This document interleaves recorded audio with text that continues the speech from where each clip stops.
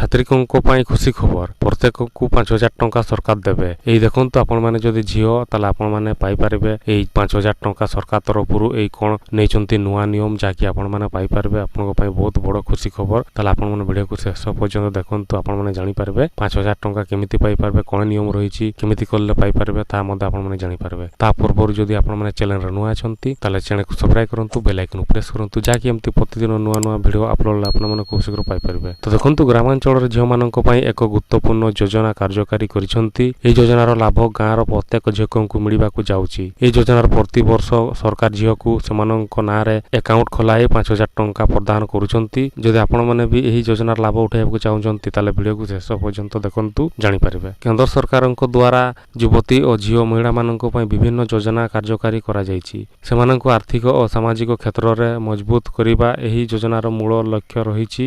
ଏଭଳି ଏକ ଯୋଜନା ହେଉଛି ଗାଁ ଝିଅ ଯୋଜନା।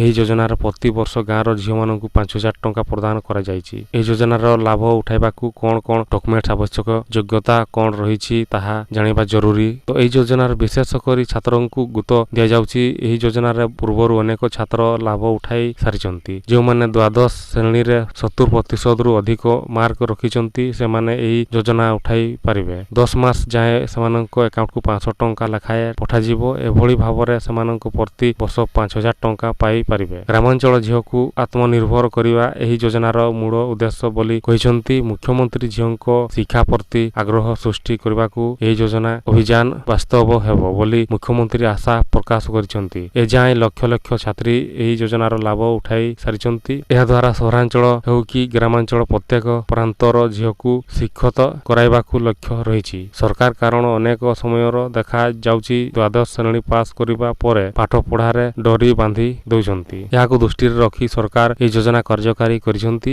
ଏହି ଯୋଜନା ଲାଭ ଉଠାଇବାକୁ ହେଲେ ଛାତ୍ରୀ ଜଣଙ୍କ 70% ମାର୍କ ଆଣିବା ଜରୁରୀ। ଆର୍ଥିକ ରୂପରେ ଅନଗ୍ରସର ସ୍ଥିର ପରିବାର ଝିଅକୁ ଏହି ଯୋଜନାର ମିଳିପାରିବ। ତେବେ ଏହି ସବୁ ବର୍ଗର ଛାତ୍ରୀଙ୍କ ପାଇଁ ଏହି ଯୋଜନାର ଉଦ୍ଦିଷ୍ଟ।